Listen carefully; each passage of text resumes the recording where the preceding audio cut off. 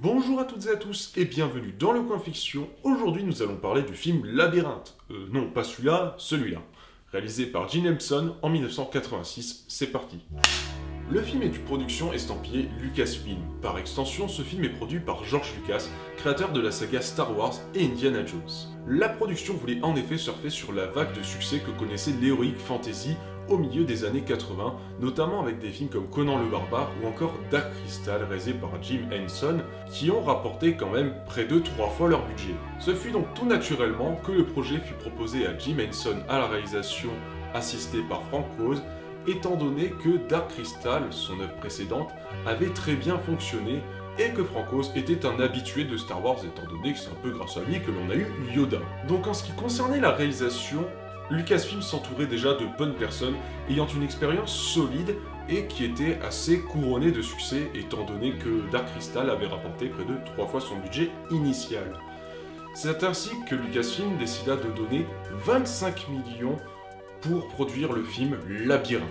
Pour vous donner un ordre d'idée, l'Empire contre-attaque, considéré comme le meilleur Star Wars sorti depuis la nuit des temps, avait lui comme budget 18 millions de dollars. Cela veut dire que Lucasfilm avait encore investi plus d'argent dans ce film Labyrinthe tellement qu'il croyait au succès de l'heroic fantasy. Puis en ce qui concernait le casting, il y avait également un fort enjeu ici, étant donné qu'il y allait avoir 82 personnages en animatronique ou en marionnette présents sur le film, et seulement 3 personnages humains que l'on verrait dans le film, dont un simple bébé. Donc l'héroïne principale nommée Sarah sera jouée par Jennifer Connelly, qui à l'époque n'était absolument pas connue et avait juste joué dans quelques publicités. Ce fut grâce à un membre de sa famille qui avait des liens avec la production qu'elle a pu se faire découvrir, et honnêtement, on va voir par la suite que c'était un bon choix. Donc le gros enjeu commercial du casting allait justement reposer sur l'antagoniste principal du film qui est Jareth le roi des gobelins. Et justement, en ce qui concernait l'acteur qui allait camper ce personnage, le réalisateur Jim Henson avait 3 hésitations. Michael Jackson, Sting et David Bowie. Ce sera finalement David Bowie qui sera retenu, alors que ce dernier avait pourtant refusé un rôle dans un James Bond. Donc maintenant que le casting et le budget étaient fixés, les studios savaient que ce film allait être un gros pari technique étant donné que 90% des personnages allaient être des animatroniques ou des marionnettes, ce qui fera énormément d'accessoires et de décors à savoir gérer pour ce film. Mais il faut quand même se poser une question fondamentale, que raconte le film ? Donc le film raconte l'histoire de Sarah, une jeune adolescente de 14 ans, qui doit garder son demi-frère Toby un soir où ses parents sont absents de la maison. Bien sûr, agacée par les pleurs de son frère, cette dernière va faire ce que tout vrai fan de David Bowie ferait, c'est-à-dire vendre un de ses proches pour assister à un concert privé.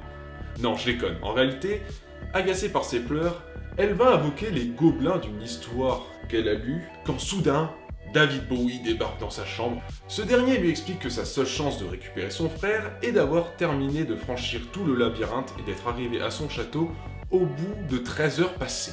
L'intrigue du film nous annonce donc d'emblée la couleur, ce sera un film plutôt dirigé vers un public d'enfants, évidemment.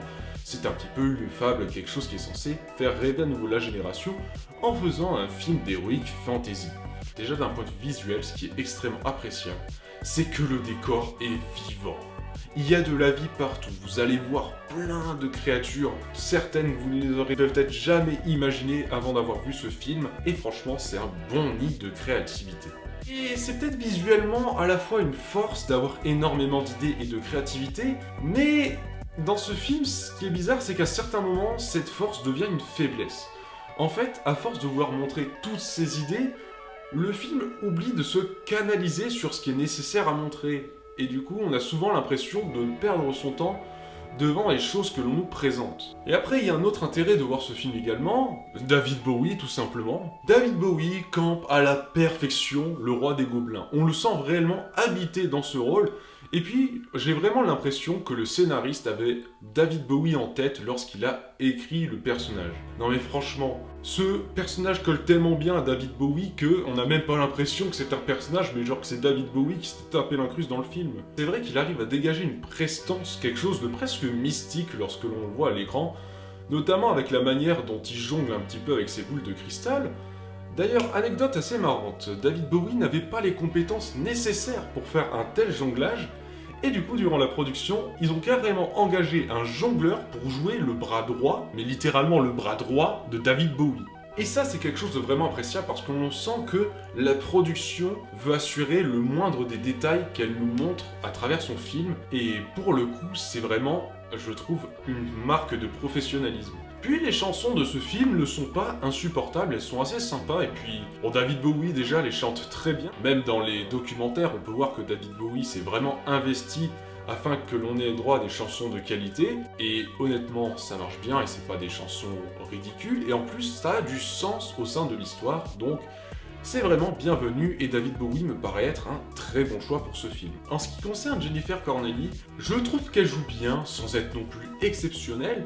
Elle a quand même de bonnes réactions face à ce qu'elle voit dans le film, bien que des fois je la sens pas plus déstabilisée que ça devant des choses un petit peu plus détonnantes pour quelqu'un qui découvre du jour au lendemain qu'il y a un monde peuplé de gobelins et d'autres créatures dont elle ignorait l'existence avant. Mais enfin après ça c'est que mon avis. Et puis des fois on sent que lorsqu'il ne s'agit pas de décors concrets, elle a du mal à s'imaginer ce qui l'entoure. Après, je trouve que j'ai un problème avec les protagonistes, c'est que leur écriture est beaucoup trop simpliste. Le personnage de Sarah n'a aucune complexité, hein. C'est juste un personnage vraiment naïf. Le personnage de Jarrett, bien que je l'adore, je vois pas en quoi il représente une menace. Concrètement, ce personnage ne fait rien de mal durant tout le film. Ok, il a enlevé Toby, vous pouvez dire que c'est du mal.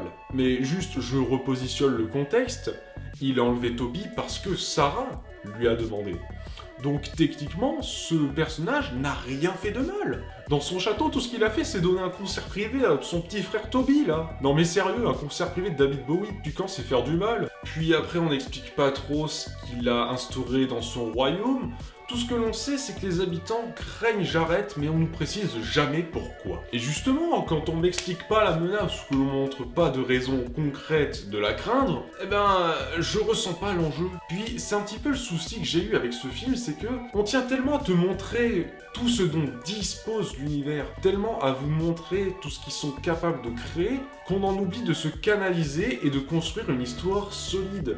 C'était exactement le même problème dans Valérian, réalisé par Luc Besson l'année dernière. Et c'est vraiment le gros défaut de ce film, Labyrinthe. Puis, ce qui est dommage aussi, c'est que, à force de ne pas vouloir se canaliser et de vouloir montrer tout ce que l'on peut faire, eh bien on finit par monter des trucs qui n'ont pas de réelle utilité, faire venir des personnages qui au final auraient pu ne pas être là, ça n'aurait pas changé grand chose à l'histoire. Et surtout, je veux dire, pourquoi avoir gâché votre film à mettre cette scène qui en plus d'être moche est inutile?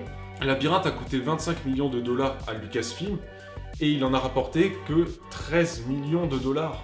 Ça veut dire que le film a à peine remboursé la moitié de son budget. Cependant, je trouve pas que ce film mérite d'avoir floppé comme il l'a fait dans les années 80. C'est un petit peu pareil que pour Valérian, dans la mesure où il faut quand même récompenser le fait qu'il y ait eu énormément de créativité. Je veux dire, si vous regardez les documentaires qu'il y a eu sur ce film, notamment Inside the Labyrinth, et on voit à quel point l'équipe technique s'est défoncée pour nous offrir un univers le plus crédible possible et justement avoir concrétisé le plus d'idées qu'ils avaient en tête. Et franchement, j'admire à chaque fois que quelqu'un se démène pour pouvoir concrétiser quelque chose qu'il a imaginé. C'est vraiment ce qui me plaît dans le cinéma justement. Et pour le coup, franchement, c'est vrai que Labyrinthe ne démérite pas sur ce point-là. Donc en conclusion, Labyrinthe fait partie de ces films qui, malgré un échec assez important au moment de leur sortie, finissent par connaître une certaine notoriété au fur et à mesure des décennies. Et bien sûr, à l'image de Retour vers le futur ou Last Action Hero, commence à être de plus en plus apprécié par les fans. Après, je pense pas que Labyrinthe va devenir aussi culte que ces deux films, étant donné qu'il possède quand même pas mal de défauts en ce qui concerne le scénario, et puis quelques manques de subtilité en ce qui concerne la réalisation. Après, c'est un film qui vaut quand même le détour pour tout le potentiel créatif, visuel qu'il vous propose, et également juste parce qu'il y a David Bowie dedans, hein, voilà. Rien que la présence de David Bowie, ça vous fait 80% de votre raison d'aller voir le film. Mais après, si vous vous intéressez vraiment à la manière dont le film a été fait, je vous conseille de regarder le documentaire Inside the Labyrinth gratuitement sur YouTube. Voilà, cette vidéo est à présent terminée, j'espère qu'elle vous aura plu, et vous n'hésitez pas à me dire ce que vous avez pensé du Labyrinthe dans les commentaires si vous avez déjà vu ce film. Vous pouvez aussi me dire ce que vous avez pensé de la trilogie Labyrinthe, même si ça n'a aucun rapport, pourquoi pas débattre dessus, ça peut être intéressant. Et surtout, n'hésitez pas à liker et à vous abonner si ce n'est pas déjà fait. Je vous dis à plus, bye!